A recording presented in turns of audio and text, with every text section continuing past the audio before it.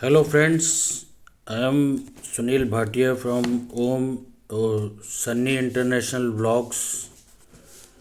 मैं ये video international students के लिए हम बना रहे हैं जो 2023 में कनाडा जाना चाहते हैं इंडिया से फॉर फर्दर स्टडीज़। इसमें हम ये कहना चाह रहे हैं कि कनाडा जाएं या ना जाएं, ये स्टूडेंट्स कैसे चूज़ करें, उनकी पर्सनल कंडीशंस पर डिपेंड करेगा ये। इसमें बहुत सारे फैक्टर्स इन्वॉल्व हैं।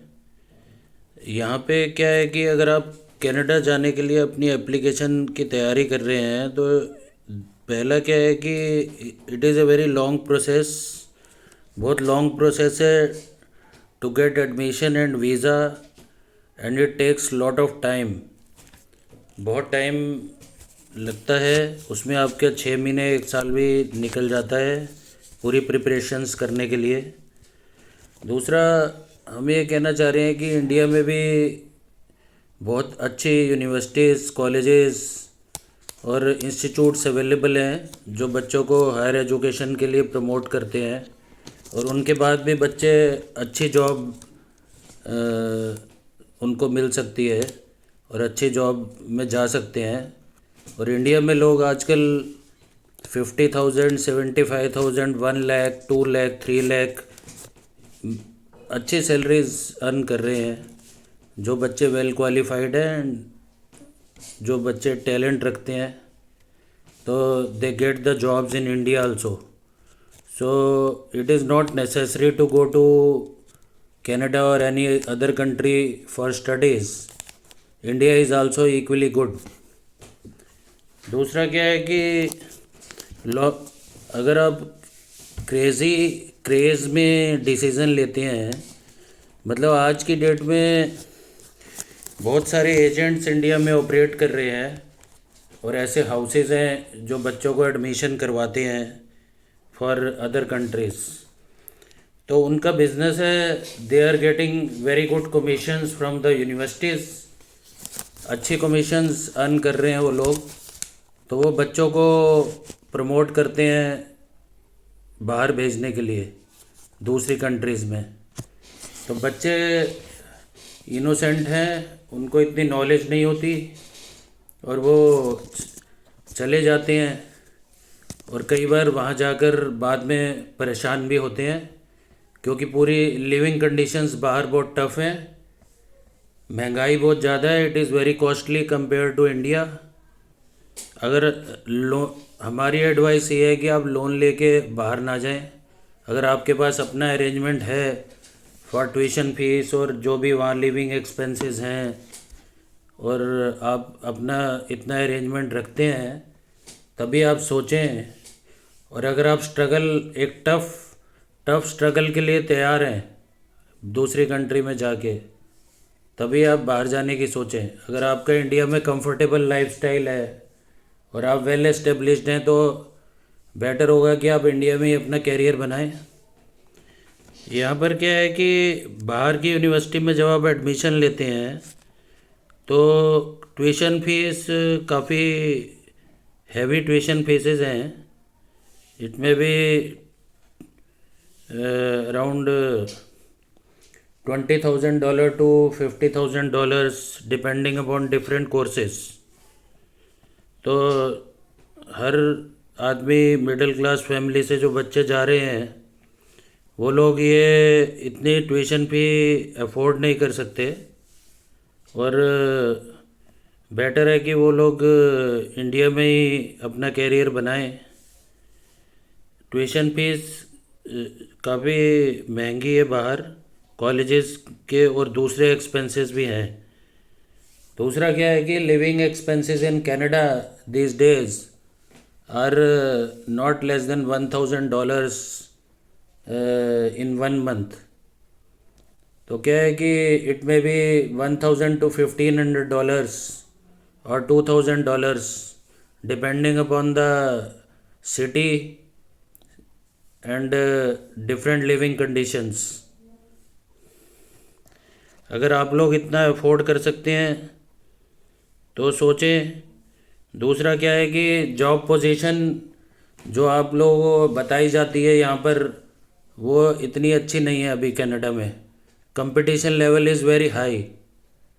तो क्या है कि वहाँ पर कंपटीशंस अभी ऐसा नहीं है कि आप जाओगे और आपको इमिजिएटली बहुत आसानी से जॉब मिल जाएगी वहाँ। दूसरा क्या है कि जॉब आपको किसी भी फील्ड में मिलेगी, ज़रूरी नहीं कि वो आपके अपने फील्ड में मिलेगी। तीसरा क्या है कि जॉब कैसी भी करनी पड़ सकती है। बहुत मतलब लेबर जॉब्स भी हैं, हर तरह की जॉब्स हैं वहाँ। और स्टार्टिंग में इंटरनेशनल स्टूडेंट्स को जो minimum salary, minimum wages jobs हैं और टेम्परेरी जॉब्स हैं। कभी आपको वीक में एक दिन काम मिलेगा, कभी 2 दिन, कभी 4 दिन, कभी 3 दिन। तो वो अवेलेबिलिटी पर डिपेंड करता है। आवर्स आपको परमानेंट नहीं मिलेंगे, ओवरली जॉब होगा और आपकी इनकम परमानेंट नहीं होगी, वेरिएबल इनकम होगी। तो वहाँ पे लिविंग एक्सपेंसेस आपको खुद भी मतलब अपनी पॉकेट से भी लगाने पड़ सकते हैं, प्लस वहाँ आप अर्न भी कर सकते हो। बट जॉब कंडीशन आज की डेट में इन 2023 आफ्टर कोरोना ये टफ है। It is not easy what we are experiencing from the feedback of the students in Canada, that they are facing lot of tough life there. Life is really tough compared to India. They are working very hard. They have to study also, they have to work also, and they have to take out their expenses also, which is not easy. So better when you are staying with your family in India and you are staying in your own home, you are not to pay any rents to anybody, and आपको कोई study करना है तो study के साथ काम करने की ज़रूरत नहीं है। यहाँ पर आप अपनी पूरी स्टडी में कंसंट्रेट कर सकते हैं। कनाडा जाने के बाद आपको स्टडी के साथ काम भी करना पड़ेगा। और अगर आप इतना सब बेयर कर सकते हैं तो it is up to you, but मतलब इट इज़ वेरी टफ। दूसरा क्या है कि टेम्परेरी जॉब्स हैं जो वहाँ मिलती हैं, वो भी इतनी आसानी से नहीं मिल रही है आज की डेट में। उसके लिए भी काफ़ी एफ़र्ट लेने पड़ रहे हैं स्टूडेंट्स को, एंड स्टूडेंट्स को बहुत दूर दूर जाना पड़ता है जॉब करने के लिए। 2-2 घंटे का रास्ता होता है। मेरे ख्याल से इंडिया में भी इतना स्ट्रगल नहीं है। तो यहाँ पर बच्चे ज़्यादा कंफर्टेबल हैं जो पढ़ रहे हैं। जो वहाँ बच्चे पढ़ रहे हैं उनसे ज़्यादा कंफर्टेबल इंडिया में है। और you should be ready to do any type of job there. मतलब आपके फील्ड से रिलेटेड जॉब आपको नहीं मिलेगी। It is very tough. दूसरा क्या है कि weather conditions are absolutely different in Canada compare to India. Weather conditions काफ़ी कोल्ड वेदर है वहाँ पर। स्नोफॉल्स होते हैं रेगुलरली, और डिफरेंट प्रोविंसेस में डिफरेंट एटमॉस्फेयर होगा। वेदर कंडीशंस एक्सट्रीम है कंपेयर टू इंडिया। तो अगर आप वो सब बेयर कर सकते हैं तो then you think to go there. बाकी और भी बहुत सारे फैक्टर्स इन्वॉल्व हैं। तो हमारी एडवाइस यही है कि अगर आपको यहाँ अच्छे कॉलेज में एडमिशन मिलता है या अच्छी यूनिवर्सिटी में मिलता है तो आप यहीं से स्टडी करके आगे फर्दर बाद में 2-3 साल इंडिया में काम करके किसी अच्छी कंपनी में आपको जॉब मिल जाती है, तो उसके बाद आप पीआर अप्लाई करके डायरेक्ट या वर्क परमिट पर कनाडा या किसी और कंट्री में जाना चाहें तो बाद में भी जा सकते हैं आप।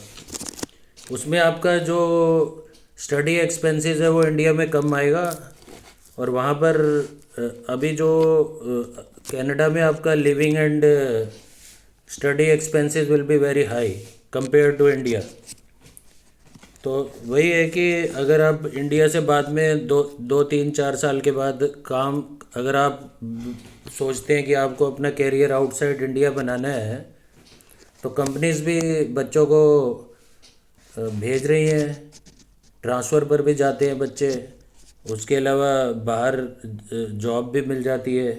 अगर आप अच्छे कॉलेज से क्वालिफाइड हो और नॉलेज है, आप टैलेंटेड हो, यू आर वेल कॉन्फिडेंट, तो उसमें क्या होता है कि आपको आपके फील्ड में वहाँ जॉब मिलने के चांसेस बहुत बेटर हो जाते हैं आफ्टर सम एक्सपीरियंस। जब आप काम करते हैं कंपनीज़ में इंडिया में, तो आपको बाहर भी कंपनीज जॉब ऑफ़र कर देती हैं और अच्छी जॉब्स मिलने के चांसेस ब्राइट हो जाते हैं बच्चों को।